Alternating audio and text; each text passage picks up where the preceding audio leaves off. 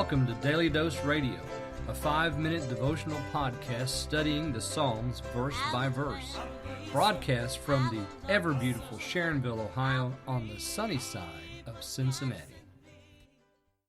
Hey there, friends. Welcome back to Daily Dose Radio here in the Bible Bistro. Today we're looking at verses 3 and 4 in Psalm 143. Now, as I said yesterday, this is the 7th of the penitential psalms. It's the last one. And we saw yesterday why this is a penitential psalm. We're asking God not to enter into judgment with us because no man living will be justified in His sight. We can't do this. We cannot justify ourselves. We can't stand before Him and argue our case. We have to depend on His mercy, which is why He says, "Give ear to my supplications in your faithfulness and in thy righteousness." So he's asking for God to act in mercy towards him as he makes this prayer.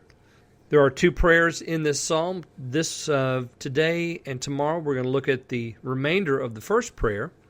And then on Thursday we're going to begin the second prayer. So let's look at 3 and 4 today. For the enemy hath persecuted my soul. He hath smitten my life down to the ground. He hath made me to dwell in darkness, as those that have been long dead. Therefore is my spirit overwhelmed within me. My heart within me is desolate. This is the complaint, or the reason why he's making this prayer, is the enemy. Notice that language too there. He says the enemy. It's not just my enemy or a enemy. No, it's the enemy. And if we're going to say that this is a prayer that perhaps is messianic, I think we can see Jesus in the garden when we hear these words, "My spirit is overwhelmed within me." He knew what was coming, and he was certainly overwhelmed. Listen to these words, "For the enemy has persecuted my soul. He hath smitten my life down to the ground. He hath made me to dwell in darkness." Jesus goes into the tomb because of the work of the enemy. They crucify him, they kill him, and his body goes into the tomb. And he is like those long dead. So we can see this as a messianic, has messianic overtones to it. And I love what John Mason Neal writes. I'm going to read to you just for a second from his commentary on Psalm 143. He says, "If we take the words as Christ's, then we may remember how the enemy, even Satan, persecuted his soul, and Judas pursued after his master's life. While understanding them of Christ's body, the church, the same ghostly enemy persecutes men still, and one Judas succeeds another in the ranks of her foes.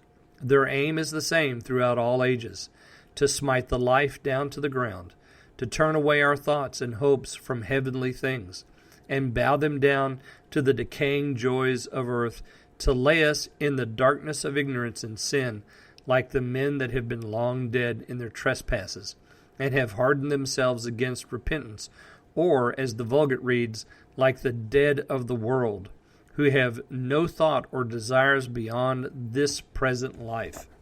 So the enemy, as he puts it, is that ghostly enemy that pursues all men yet today. Satan himself. It's the enemy.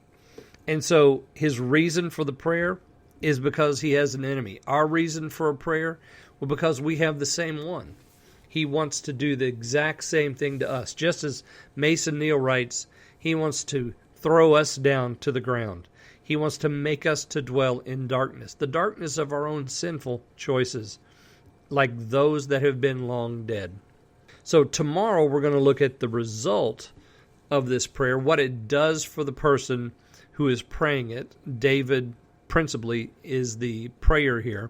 And we're going to take up for ourselves some instruction then from verses 5 and 6. I hope you'll join me then on Daily Dose Radio. Thanks for listening to Daily Dose Radio. I'm David Smith. The music today has been performed by the Bluegrass Experiment. Thanks again for listening. I'll see you next time on Daily Dose Radio.